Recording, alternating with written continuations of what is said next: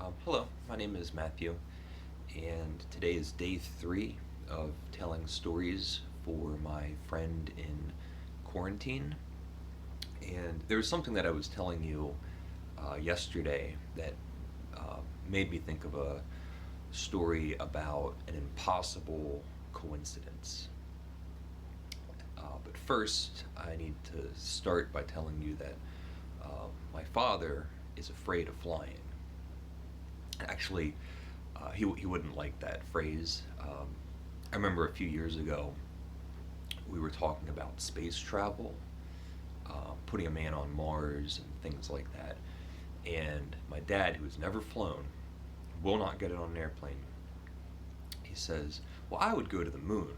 And I say, "Dad, like, you're afraid of flying." And he goes, "No, no. I can go straight up, and I can come straight back down. I have a problem with traveling horizontally 20,000 feet in the air." He goes, "I don't like that part." It's a good example of my dad kind of pull at your leg. In any event, um, our family vacations were pretty regular and consistent. Every summer we went to, our family went to North Myrtle Beach. And North Myrtle Beach is a beach town north of Myrtle Beach. It's about 8 hours south from me, on the East Coast. And after that, we did that for years and years and years. There was one year that my dad had a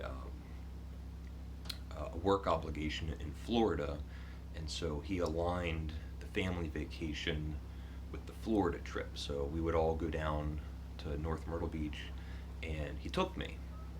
So for a few days, we left North Myrtle Beach and went down to Clearwater, Florida. Um, One of the things that I remember is seeing the sunset over the water for the very first time as a young boy. It was amazing. The other thing I'll tell you is when we were leaving on that trip, we were going to leave at 4 o'clock in the morning. And my dad, who would have taken the main highway, there's one highway that just blazes down the East Coast. Uh, Instead of that, my grandfather, his father-in-law, who was with us on our vacation, loved dealing with maps and making directions. So he spent several days at the kitchen table figuring out the fastest route. Because the main highway, even though it's easy, takes a little bit longer. So he wrote out, like, you're going to take this exit and this exit. And this is before GPS or Google Maps or anything like that. So here we are, 4 o'clock in the morning. My dad's getting me in the car. I'm going to be the navigator. I have my grandfather's directions for us to get to Clearwater, Florida. Off we go. And at some point, we come to an exit. We know that we need to take it, and it's written down that we need to take whatever it was, 402 south, because we're going south. And instead, our only options are east or west. So my dad's going, "Well, which one do we take?" I'm a little kid. I'm not a real navigator. I don't know. So we pick one. And we're going along. It could be like another hour or something. And we come up to one of those welcome signs where it says welcome, and it says, "Welcome to North Myrtle Beach." So we had been driving for maybe 2 hours in a gigantic circle. It's now 6:30, 6 in the morning or something. We're just a few minutes away from where we had come from.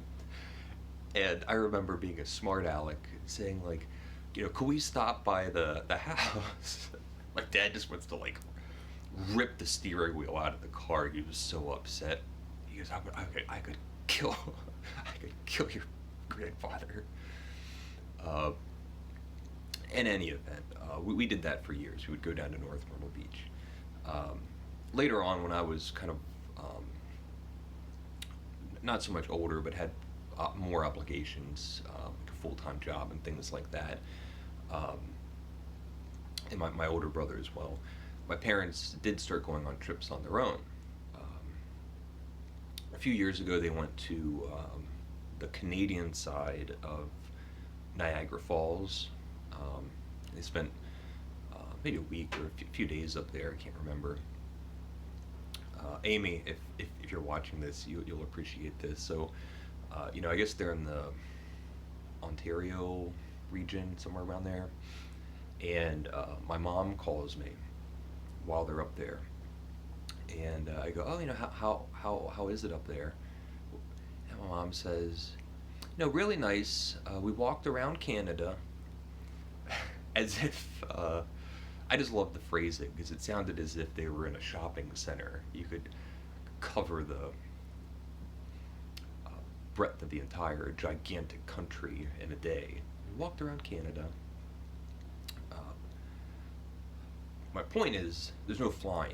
We're not flying anywhere. And a few years ago, um, my dad concedes a little bit, and my parents on their own decide that they're going to go on a cruise ship, um, which is going to be a new experience for my dad. He said, maybe if I can just see the coast, I'll feel all right. I like seeing the land. My mom's all excited because she always, kind of bugs my dad about, why don't we travel more? Why don't we go places? And they're going to take a cruise ship down to the Caribbean, somewhere down there. I can't remember it was actually a chain of different islands that the cruise ship stops at one at a time. So off they go. They get on their cruise ship. Now they're somewhere in the Atlantic, and there's a storm brewing, a tropical storm. It's all over the news. It turns into a hurricane. My parents are out at sea. I can't.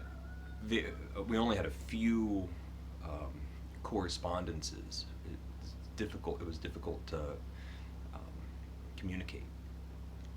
I was always all worried. The cruise ship gets diverted. The water is too dangerous. They get sidelined. The boat and all of the boats across the whole East Coast just start getting sent up north. My parents ended up on their big cruise ship vacation. They ended up in the docks of New Jersey with nowhere to go. The boat is going to sit there for the duration of the trip. So, the vacation is ruined. Lots of panic and excitement, worry, disappointment. The whole thing just got sidelined. The name of the hurricane was Hurricane Matthew.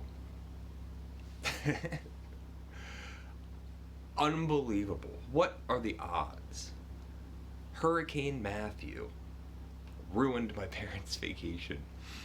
And for as much as I like that story, it is still not a source of amusement for my dad.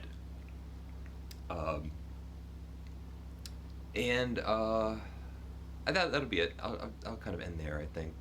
Hopefully that was kind of amusing.